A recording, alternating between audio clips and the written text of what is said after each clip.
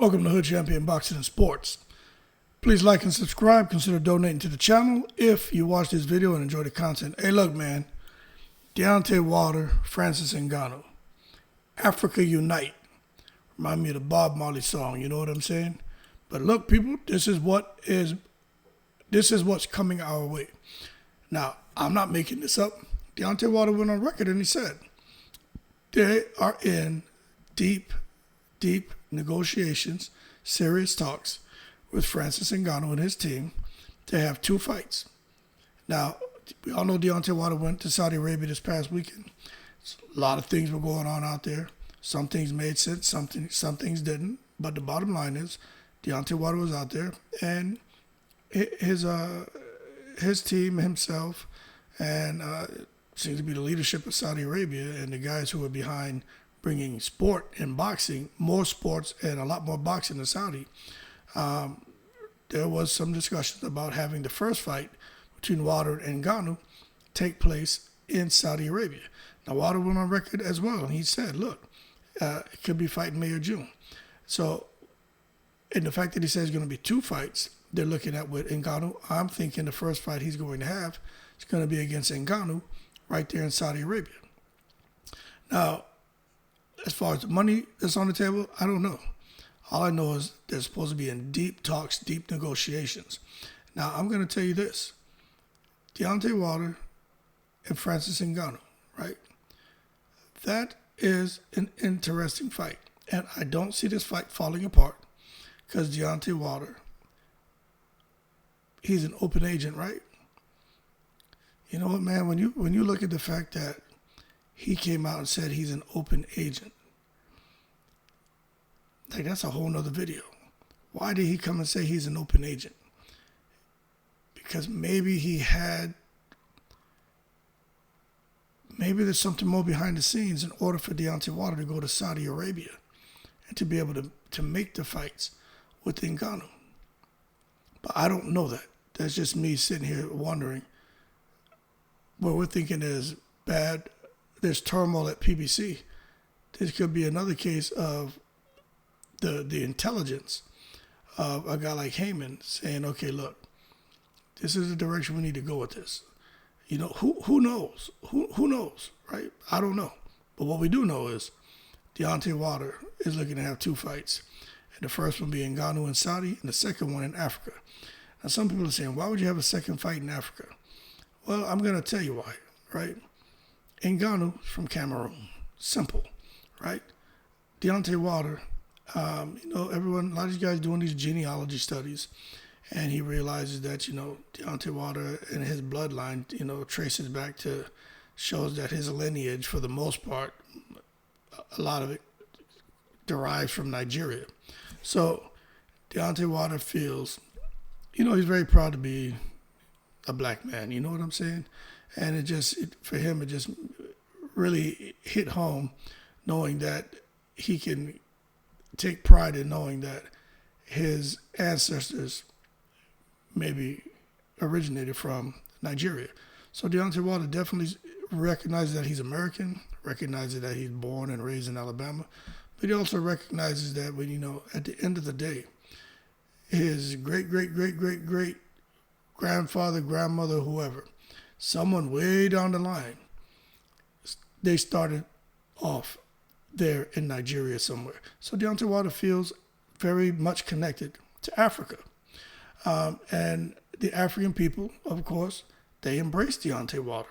I would think the majority. I haven't heard anyone say anything negative. I think they embrace Deontay Wilder because how passionate, the whole thing about till this day, that got a lot of people hook, line, and sinker. Because a lot of people, they can understand where he was coming from with that, and especially with everything that's going on, especially at the time, it's still going on, was going on a long time before he said that. But at that particular time, with all the craziness going on, man, with stuff with police and people, getting killed and stuff like that, it's just one of those moments in time. So now you see one fight taking place in Saudi. It's going to be a huge fight, huge money. And then the second fight taking place in Africa. And that's going to be bananas. And I hope they can get a wet signature on the contracts and come to an agreement. But what this is showing you, right, is for me, I'm talking about Ngannou now. I'm really, really rooting for Ngannou to make some serious money. Because I understand Dana White, his pay model, it's a business, what he's running at the UFC. But you're going to sit here and let your top guy, heavyweight guy go, right? The monster over there, you're going to let this man go because you want to be greedy? Now he's out here doing, he's kind of taking his career into his own hands. And now he's about to come out here in his first fight, possibly 2 fights with Wilder, and make, 20, 40, 60 million. Come on, man. I really hope they can make this fight happen. And I really hope Ngannou, Wilder too, but Ngannou, I'm rooting for Ngannou to really make life-changing money. If you guys don't know much about Francis Ngannou, y'all need to watch that documentary on him. Y'all really do, man. His story is just earth-shattering. You know what I mean? You're watching that and listening to what this man had to go through. I mean, a lot of people suffer, but that's a whole nother level. You listen to the stuff that Rolly Romero's dad had to go through to get to the United States. And I don't want nobody posting no ignorant comments about, I don't even post the ignorant comments. I'm going to delete them, right? You look at the stuff that Erislandy Lara had to go through, your Danish Yugas, a lot of the Cuban fighters, even some of the fighters who come out of Mexico and the things they had to go through, guys coming out of Honduras, and just them making that trek to try to get to the United States and risking death. And some of the people who they're traveling with to get to the United States have died along the way, and guys being recaptured and sent to prison and getting out of prison and trying again and getting sent back to prison. And then what they have to eat, what they have to drink to sustain themselves so they can continue to travel and make their journey to wherever they're going. But let me tell you, that Ngannou story is crazy. Crazy, crazy. But that being said, hey, yo, man, looks like Africa's going to unite. We're going to get a good squad between Deontay Wilder and Francis Ngannou. And I really hope nothing messes this up. I really do. But that's good news to know that this is what's going on. And it's also good news to know that Deontay Wilder, if he gets these 2 fights, and the third fight, if there's a third fight, because there's going to be 2, one in between. The one in between may not be AJ this year. I don't think Deontay Wilder is going to fight AJ this year. I don't think he's going to fight Fury this year. I think he's going to fight Francis Ngannou first, around May, June, then July, August, September, October, November, December. So, okay, May, June, July, August, then around September, depending on, if Deontay Wilder took serious damage or not, you could see him getting there and clip the likes of a Chisora or a Dillian White. And then you see him come out there at the end of the year and fight Ngannou again. So that's kind of what I'm envisioning, but I don't think Deontay Wilder will fight AJ or Fury this year.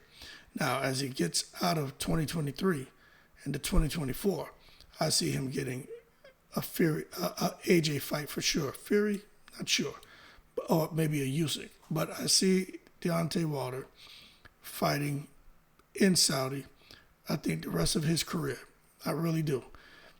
If you just listen to the interview he did on 78 TV, it's a boxing channel, just listen to that and listen to some of the other interviews he did while he was in Saudi, and you'll understand why I'm of the opinion that Deontay Wilder is going to be finishing off his career fighting in Saudi.